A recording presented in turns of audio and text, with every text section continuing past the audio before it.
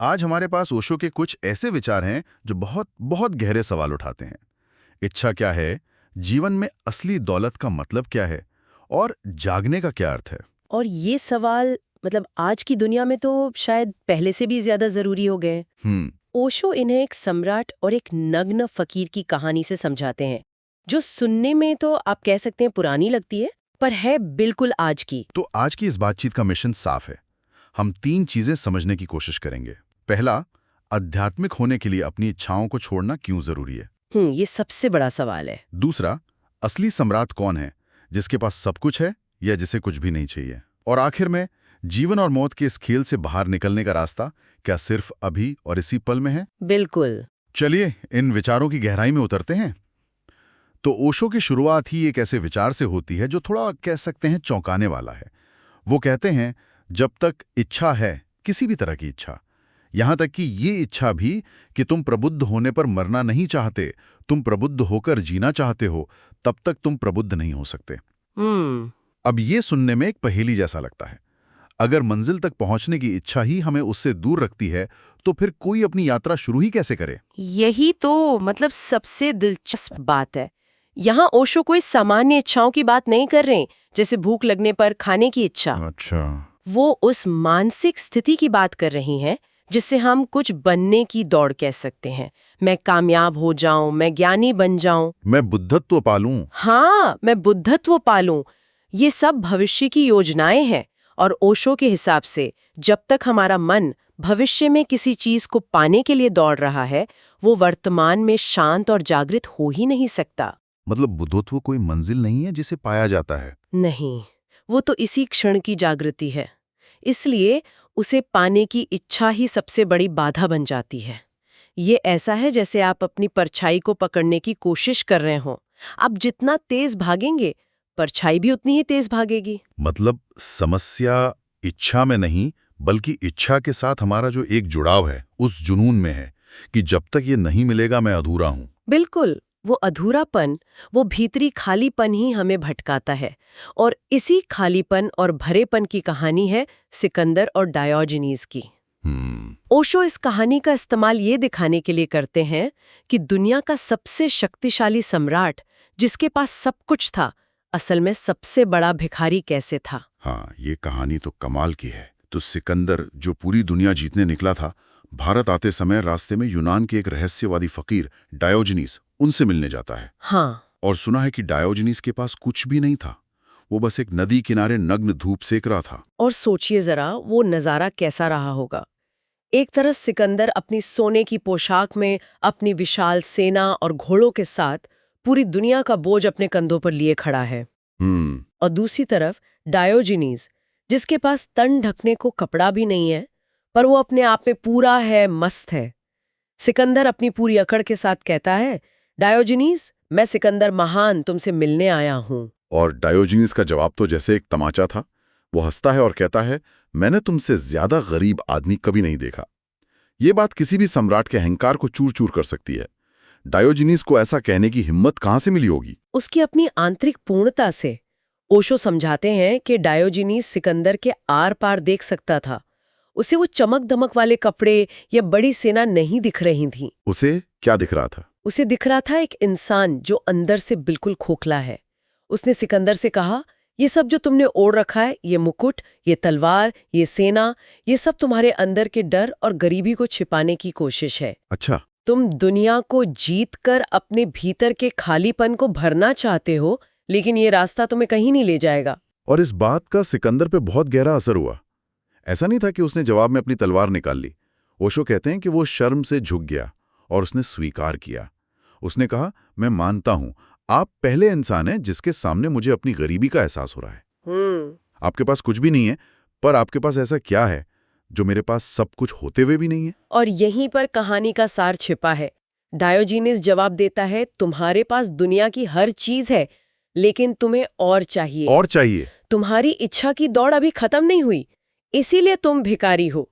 मेरे पास कुछ नहीं है और मुझे और की कोई इच्छा नहीं है, इसीलिए मैं सम्राट हूँ। ये तो परिभाषा ही बदल देता है कि अमीर कौन है और गरीब कौन। बिल्कुल, अमीरी चीजों के होने में नहीं, इच्छा के न होने में है। ये सोचना ही कितना अलग है। हाँ। हम तो अपनी पूरी जिंदगी और के पीछे ही भागते रहते हैं।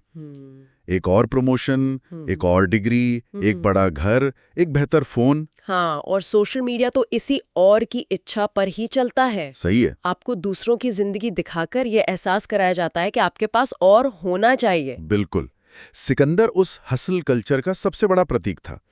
उसे हमेशा अगली जीत चाहिए थी। हाँ, और डायोजनीज आज के मिनिमलिज्म या कह लें फाइनेंशियल इंडिपेंडेंस के विचार का चरम रूप है, जहां असली आजादी बाहरी चीजों से नहीं बल्कि अपनी इच्छाओं से मिलती है। कहानी आगे और भी दिलचस्प मोड़ लेती है जब सिकंदर उससे इतना प्रभावित हो जाता है कि एक अजीब सी पेशकश करता है। हाँ, वो कहता है, अगर भगवान मुझे दोबारा जन्म दें तो मैं प्रार्थना करूंगा कि मुझे सिकंदर नहीं बल्कि डायोजनीज बनाएं। ये एक सम्राट के मुंह से बहुत बड़ी बात थी। बहुत बड़ी बात। पर डायोजनीज इस पर भी हंस पड़ता है।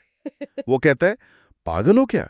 इसके लिए अगले जन्म का इंतजार क्यों करना? अभी क्यों नहीं? अभी इसी क्षण डायोजनीज क्यों नहीं बन जाते? और फिर वो जो कहता है वो बहुत गहरा है। कौन रोक रहा है तुम्हें? ये फालतू के कपड़े फेंको, इस सेना को वापस भेजो और आ जाओ मेरे पास, लेट जाओ। नदी का किनारा बहुत बड़ा है, हम दोनों के लिए जगह काफी है। ये तो एक सीधा सीधा चैलेंज था, पर हम सब जानते हैं कि ये इतना आसान नहीं होता। हम सब अपनी जिंदगी में, अपनी जिम्मेदारियों में, अपनी आदतों में फंसे हुए हैं। सिकंदर ने भी यही कहा होगा कि अभी ये संभव नहीं है, पहले मुझे दुनिया जीतनी है। और यही इंसान की सबसे बड़ी त्रासदी है। हम अपनी खुशी, अपनी शांति को हमेशा भविष्य के लिए टाल देते हैं। एक बार ये प्रोजेक्ट खत्म हो जाए फिर आराम करूंगी, एक बार बच्चे बड़े हो जाएं फिर अपने लिए जीऊंगा। वही तो डायोजनीज उसे दिखा रहा था कि असली खजाना तो यहीं इसी पल में मौजूद है, लेकिन सिकंदर उसे भविष्य की एक और जीत के लिए छोड़कर जा रहा था। और जब सिकंदर ने जाते जाते पूछा कि मैं आपके लिए क्या कर सकता हूं, तो डायोनीज का जवाब तो इच्छा मुक्त होने का सबसे बड़ा सबूत है। उसने कहा, कुछ नहीं चाहिए, पर अगर कुछ करना ही चाहते हो तो बस थोड़ा किनारे हो जाओ, तुम मेरी धूप रोक रहे हो। सोचिए, दुनिया का बादशाह उसे कुछ भी देने को तैयार है और वो फकीर उससे बस अपनी धूप वापस मांग रहा है। ओशो कहते हैं कि ये दिखाता है कि जब कोई इंसान अपनी जरूरतें प्रकृति से पूरी करने लगता है तो उसे इंसानों के बनाए साम्राज्यों की कोई जरूरत नहीं रहती। उसकी दौलत अलग है। हाँ, उसकी दौलत सूरज की रोशनी है, नदी का पानी है, हवा है। सिकंदर ने वादा किया कि वो दुनिया जीत कर लौटेगा, पर डायोजनीज ने कहा था, विजय यात्राओं से कोई कभी वापस नहीं आता। और हुआ भी वही। बिल्कुल, सिकंदर घर वापस कभी नहीं पहुंचा, रास्ते में ही मर गया। उसकी और की इच्छा अधूरी ही रह गई। पर कहानियां खत्म नहीं होती है ना? ओशो एक और काल्पनिक हिस्सा सुनाते हैं जो शायद सच ना हो, पर उसका संदेश बहुत गहरा है। हाँ, वो कहते हैं कि मान लो सिकंदर और डायोजनीज एक ही दिन मरे, और मृत्यु के बाद जब वो जीवन और मृत्यु के बीच की पौराणिक नदी पार कर रहे थे तो उनकी फिर मुलाकात हुई।